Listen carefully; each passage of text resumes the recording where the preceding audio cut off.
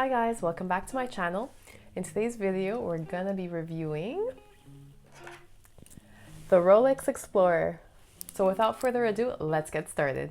So the Rolex Explorer was released in 1953 and it quickly became a classic when Sir Edmund Hillary wore one around his wrist during his expedition to the top of Mount Everest that same year.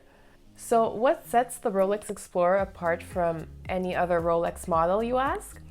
Well, the answer to that isn't that simple. There are many reasons that the Rolex Explorer is a unique model and it is set apart from all the other Rolex models that do exist today. So firstly, the watch is very understated and subtle. It's a lot less recognizable and flashy compared to the Submariner, the GMT, or even the Datejust. I mean, you really have to know it's an Explorer to know it's a Rolex. Also, the watch is a perfect blend between a tool or sport watch and a dress watch. I personally don't think you can either consider it a sport watch or a dress watch. It's like the perfect combination of both, if that makes any sense. And lastly, it is also a lot smaller than other Rolex models. So guys, by the end of this video, I am hoping to convince you all that the Rolex Explorer is a one and done watch. And like, if you can only have one watch in your watch collection, it's the Rolex Explorer. So before we get into the nitty-gritty of the Rolex Explorer, I'd just like to add that mine is the reference 11 or 114270 from the year 2000. So let's start with the dial. So the dial of the Rolex Explorer is very simple, clean and crisp. It's a black dial and everything else on it is white. So what is really characteristic about the Rolex Explorer is the 3, 6, and 9 Arab numerals on the dial.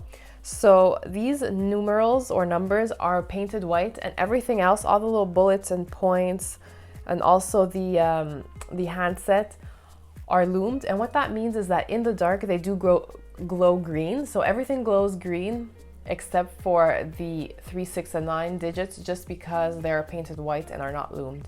There is also like a pointing down triangle in the place of the 12, and that is also loomed. So the Rolex Explorer does have 3 hands. It has an hour hand, a minute hand, and a second hand.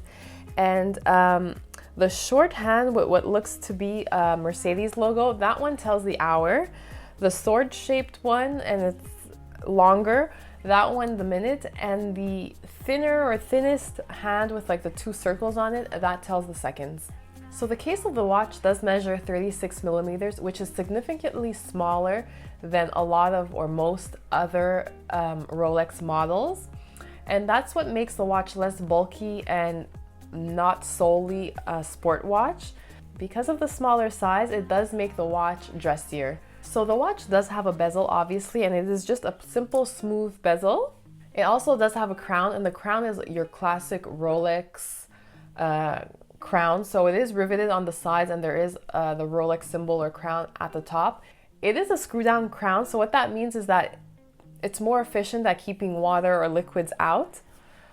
I still would not go into the water with this watch personally, just because it is from the year 2000. It is almost 26 years old, so I wouldn't really trust it in water, but it's good to know that it is a screw down crown.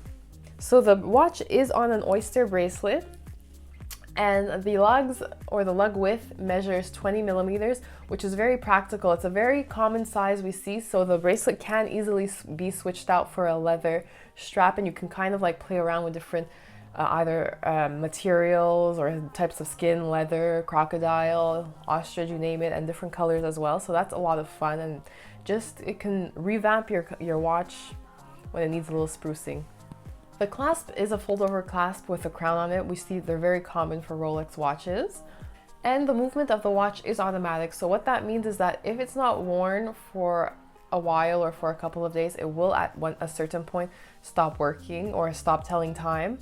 Not necessarily working, because you can still get it to work. You just basically have to like wind it to get it working again, or to get it to tell time again.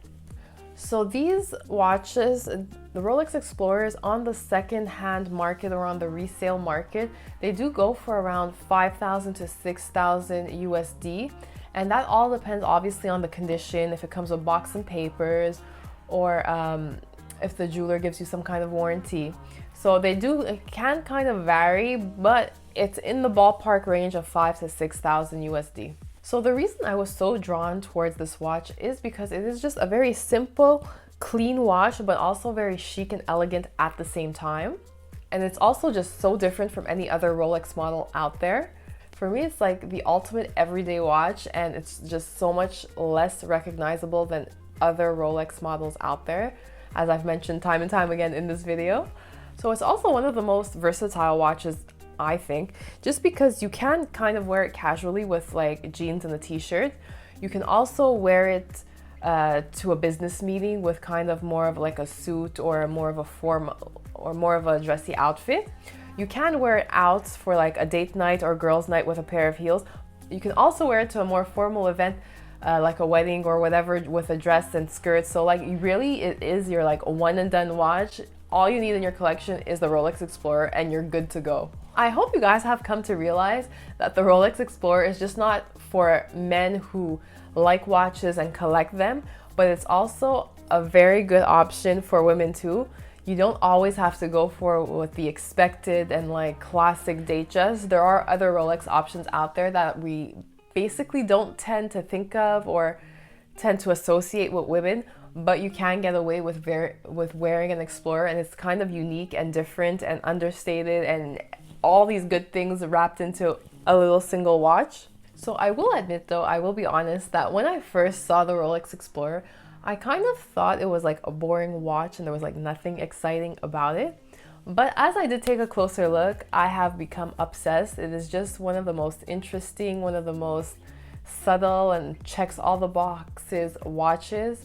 I find myself reaching for this watch time and time again. I think it has quickly become one of my favorite watches in my collection. I don't know, I just love the watch. It kind of just does have like a quiet type of like luxury to it, even though it is a Rolex watch and everyone on this globe knows Rolex. But I don't know, it's just people, when you talk about Rolex or you mention Rolex, I don't think the Explorer comes to everyone's mind, and that's what's so fascinating about it. So if you do want to get your hands on a Rolex, but you don't want anything too flashy, too recognizable, too logo-y, if you will, go for the Rolex Explorer. You will not be disappointed. So that's all for today, guys. I hope you enjoyed my video. If you did, please don't forget to give it a big thumbs up. Leave all your questions and comments in the comment section below. I'll be sure to answer, and I'll see you guys in my next one. Bye, guys.